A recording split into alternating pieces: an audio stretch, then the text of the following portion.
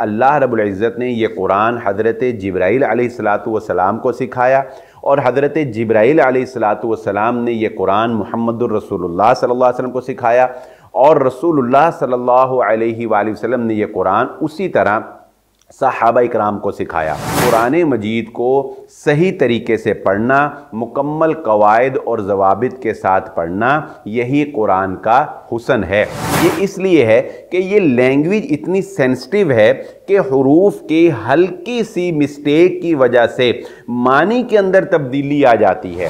پورے Islamic countries میں صرف 3 چینل، یعنی سینکڑوں اور پوری دنیا میں لاکھوں ریڈیو اسٹیشن ہیں، لاکھوں ریڈیو چینل ہیں، لیکن صرف 3 چینل آپ کو ایسے نظر آئیں گے کہ جن میں ہر وقت قرآن مجید کی تلاوت چلتی ہے۔ اشرقت نفسی بنور من فؤادی حینما رأت اعوذ باللہ من الشیطان الرجیم بسم اللہ الرحمن الرحیم فإذا قرأناه فاتبع قرآنہ۔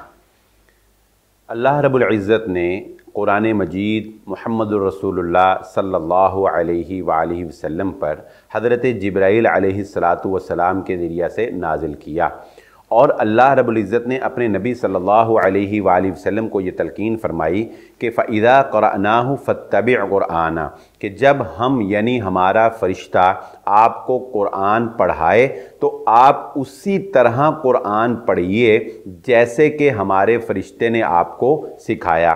یعنی کہ اللہ رب العزت نے یہ قرآن حضرت جبرائیل علیہ السلام کو سکھایا، اور حضرت جبرائیل علیہ السلام نے یہ قرآن محمد الرسول اللہ صلی اللہ علیہ وسلم کو سکھایا، اور رسول اللہ صلی اللہ علیہ وآلہ وسلم نے یہ قرآن اسی طرح صحابہ اکرام کو سکھایا۔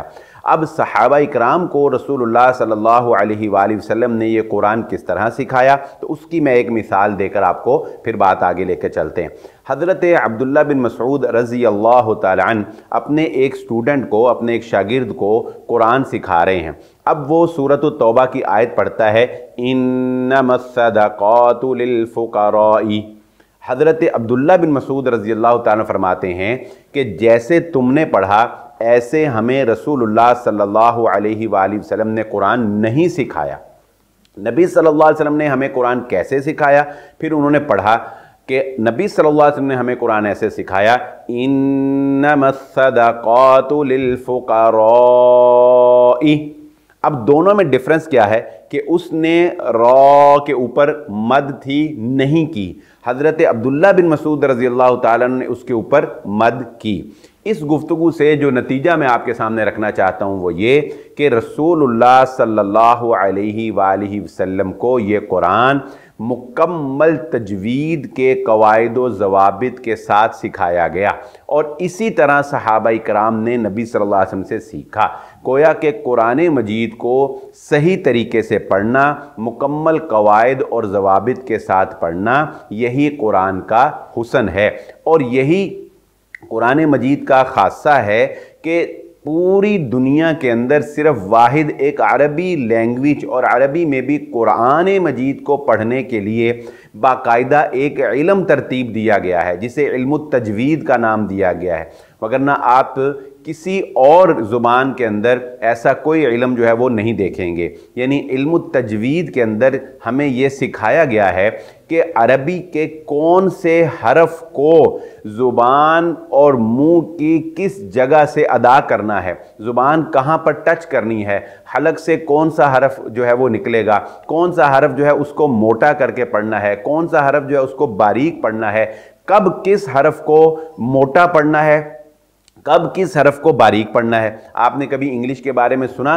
کہ ٹی کو کیسے پڑھنا ہے، ای کو کیسے پڑھنا ہے، یو کو کیسے جو ہے وہ پڑھنا ہے؟ نہیں، لیکن عربی میں یہ بھی بتایا جائے گا کہ اس حرف کو پڑھتے ہوئے آپ کے ہونٹوں کا سٹائل جو ہے وہ کیا ہونا چاہیے۔ یہ کیوں ہے؟ یہ اس لیے ہے کہ یہ لینگویج اتنی سینسٹیو ہے کہ حروف کی ہلکی سی مسٹیک کی وجہ سے معنی کے اندر تبدیلی آ جاتی ہے۔ देखिए जुमला जो है वो कलमे से बनता है, कलमा जो है वो हरफ से बनता है, और अगर हरफ ही दुरुस्त नहीं है तो आपका कलमा गलत, कलमा गलत तो जुमला गलत, जुमला गलत तो उसका मानी गलत। तो इसलिए मैं आज आपकी तवज्जो इस जानिब मबजूल करवाना चाहता हूँ कि कुरान मजीद को पढ़ने के लिए वक्त निकालें और कुरान मजीद को सही तरीके से पढ़ें, उस तरीके से जिस तरीके से मुहम्मदुर रसूलुल्लाह सल्लल्लाहु अलैहि वसल्लम ने सहाबा इकराम को सिखाया। देखिए नमाज के बारे में रसूलुल्लाह सल्लल्लाहु अलैहि वसल्लम ने ये बात इरशाद फरमाई कि सल्लू कमा रअयतुमूनी उसल्ली, नमाज उस तरह पढ़ो जिस तरह के मुझे पढ़ते हुए तुमने देखा। तो कुरान मजीद के बारे में भी समझ लीजिए कि यही कानून है कि ये उसी तरह पढ़ा जाएगा जिस तरह के मुहम्मदुर रसूलुल्लाह सल्लल्लाहु अलैहि वसल्लम ने कुरान पढ़ा। आइए इसको चंद एक मिसालों से समझने की कोशिश करते हैं। मिसाल के तौर पे अरबी के अंदर कुछ हरूफ ऐसे हैं जो आपस में मिले जुले अल्फाज यानी मिली जुली आवाज़ रखते हैं। अरबी में कुछ हरूफ ऐसे हैं जो आपस में मिली जुली आवाज़ रखते हैं, जैसा कि हा है और हा है। यानी अब हा जो हलवे वाली है और हा जिसे हम दो आंखों वाली हा कहते हैं, ये दोनों के अंदर अगर फ़र्क नहीं किया जाएगा अदायगी करते वक्त तो मानी में एक बहुत बड़ा फ़र्क आ सकता है। जैसा कि अगर आप पढ़ते हैं अल्हम्दुलिल्लाहि रब्बिल आलमीन, अगर आप इसको अल्हम्दु की बजाय अलहम्दु पढ़ देते हैं तो अलहम्दु का माना है हर किस्म की तारीफ़ अल्लाह के लिए, और अलहम्दु उसके कई माने हो सकते हैं, जिनमें से एक माना ये भी बन जाएगा कि नाउज़ बिल्लाह जो धुआं है कायनात का वो अल्लाह के लिए। इसी तरह वल अस्र अगर आप आइन और सौद को वाज़े करके अदा नहीं करते, वल अस्र इन्नल इंसान लफ़ी खुस्र, तो असर का माना कसम है ज़माने की। अगर आप इसको आम पढ़ते हैं वल अस्र यानी हमज़ा और सीन के साथ, तो इसका माना ये होगा कि कसम है कैद खाने की। तो इस तरह बहुत सी ऐसी मिसालें कुरान मजीद के अंदर मौजूद हैं कि अगर आपने हरफ के अंदर अदायगी में सही तरीके से उसको अदा नहीं किया तो मानी के अंदर एक वाज़े तब्दीली आ जाएगी। इसलिए ये बहुत ज़रूरी है कि हुरूफ की सही अदायगी, उनका मोटा करना, बारीक करना, लंबा करना, कहाँ पर गुन्ना करना, कहाँ पर नहीं करना, आपको कुरान मजीद के इन तमाम बातों का इल्म होना चाहिए। और यही काफ़ी नहीं है, इसके साथ साथ वकूफ़ का इल्म, यानी कहाँ पर वक्फ़ा करना है और कहाँ पर वक्फ़ा नहीं करना, यानी कहाँ पर आसान अल्फाज में यूँ समझ लीजिए कहाँ पर ठहरना है, वक़फ़ जिसे कहते हैं यानी रुकना है, और कहाँ पर नहीं रुकना। अच्छा, इसको उर्दू में बड़ी आसानी से समझा जा सकता है कि गलत जगह पर रुकने से या जुमले को गलत जगह पर रोक देने से मानी के अंदर क्या तब्दीली आती है। मसलन आप कहते हैं रोको मत जाने दो, अब इसका मतलब क्या है? इसका मतलब है कि इसको जाने नहीं देना। अच्छा, दूसरी तरफ आप कहते हैं रोको मत जाने दो, अब इसका मतलब क्या है कि इसको जाने दो, दफ़ा करो, इसको नहीं रोकना।